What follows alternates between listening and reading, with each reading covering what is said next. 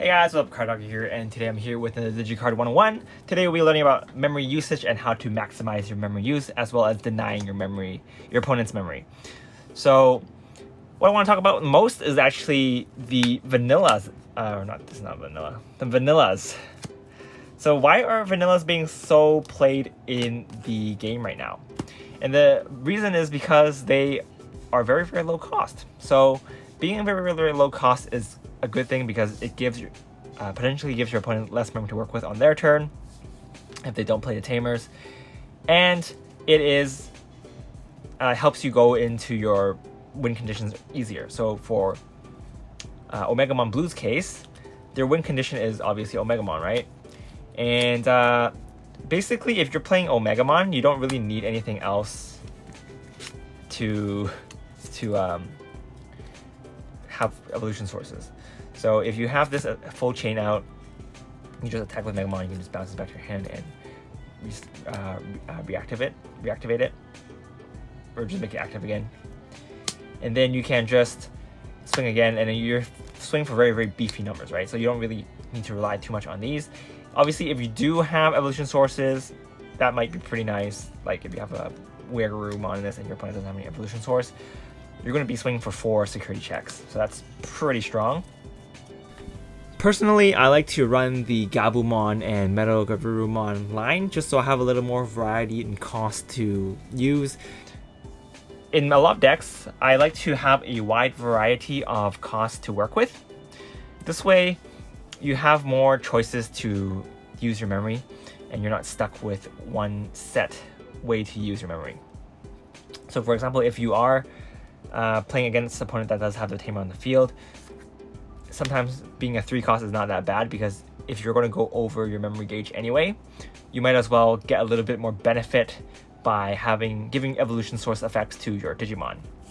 If your opponent's not playing any tamers, or if they didn't draw into it, or if you are short on memory and want to make more plays, then sometimes going vanilla is nice because you can potentially do a little bit more. So for example, by evolving into this and this, it's the same cost as just going into a Weird, but you also have to keep in mind that by evolving into these, you also get a draw 2 and you get a draw 1 from this because of the evolution draw effect. And it's actually the same thing. It goes vice versa for your opponent too, which is why I think these tamers are double-edged swords. Mainly because it kind of extends the memory gauge for your opponent to 3 on your side. So they can potentially do a little bit more if you have these out. And if your opponent is playing a deck that has very, very low cost, and if they have a very cheap evolution costs, like green, or if they play vanilla Omegamon, then it might be kind of a bad idea to play into these. If your deck needs to have the tamer on the field in order for you to fulfill your evolution costs, then obviously you kind of need them. But you have to be careful of when you play them. Some people just like to play them at the beginning of their game every time, and that might not always be the way to go. So yeah, that's one of the main things I want to talk about. Another thing is talking about these high cost megas. So sometimes people might look at these cards and look, oh wow, they have very, very high on entry costs and their abilities are only on entry. So do I really want to play these? And for the most part, they are very, very good. At least I think Piedmon and Puppetmon are very, very good. Machinedramon and Seedramon, they are okay. They have their uses, and I think they are played in some blue and black decks, but I think the Puppetmon and the Piedmon are more played in their colors, mainly because it does give your opponent a lot of memory, but also it kind of stops them and it gives yourself a lot of benefit too. If you're playing a purple deck and you play a Piedmon out, it is 12 costs, but you also get 2 level 4 monsters from your trash. So that's another 5 cost there if you want to call a blocker, or if you want to summon a Devimon to crash into your opponent later, that's a 6 cost. So these 2 cards are actually already 11 costs. So you're pretty much playing the Puppetmon for 1 cost. So that's a lot of value for 1 card. So while playing Puppetmon does give your opponent a lot of cost to work with, potentially, you can just have 2, if you have 2 blockers, if your opponent's not playing Omegamon, you have 2 blockers on the field maybe, and then you'll be able to block whatever they throw at you that turn, and you still have a 10k body on the board with the vengeance ability. Also for purple, I think after you play this and you get your 2 cards, you also set up yourself for a Millenniummon play. So if you want to play your Millenniummon on your following turn just to remove a card on the board, that's another thing you can do. So overall, I think these high cost cards are very, very good. Green doesn't have one yet. I think green will get one next set, hopefully, with Imperial Dramon. And I think that will really strengthen up the green deck a lot. But overall, I think this is really good. Especially with Puppetmon, if they crash into a flower cannon on their turn, and then you just play Puppetmon on your turn, then you sure you give your opponent a lot of memory, but you also get to do a lot of stuff. For example, since the green deck that I'm currently building has like little to no evolution costs, you can do a bunch of stuff first and then play Puppetmon, so your stuff will be kind of protected on your turn, and then back on their turn, they can't react to their Digimon. So whatever else they play with, they only have one thing to kind of use. Assuming they have a Digitama set up, then they can have one Digimon to attack you, but that's usually not going to go for game.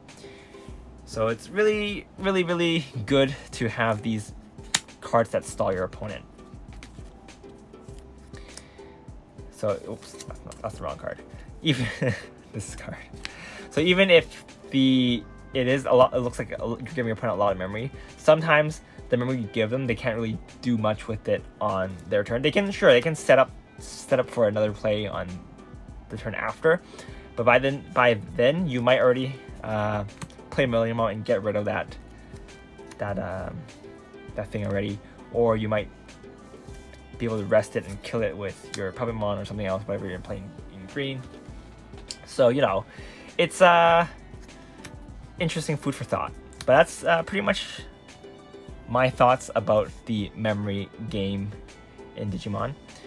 Definitely pay close attention to your opponent, because in this game you have to pay attention to your memory gauge, since whatever you do, it doesn't only affect yourself, it affects your opponent, and you have to keep in mind that the more you do on your turn is potentially more your opponent can do on their turn. So it's kind of like a pendulum.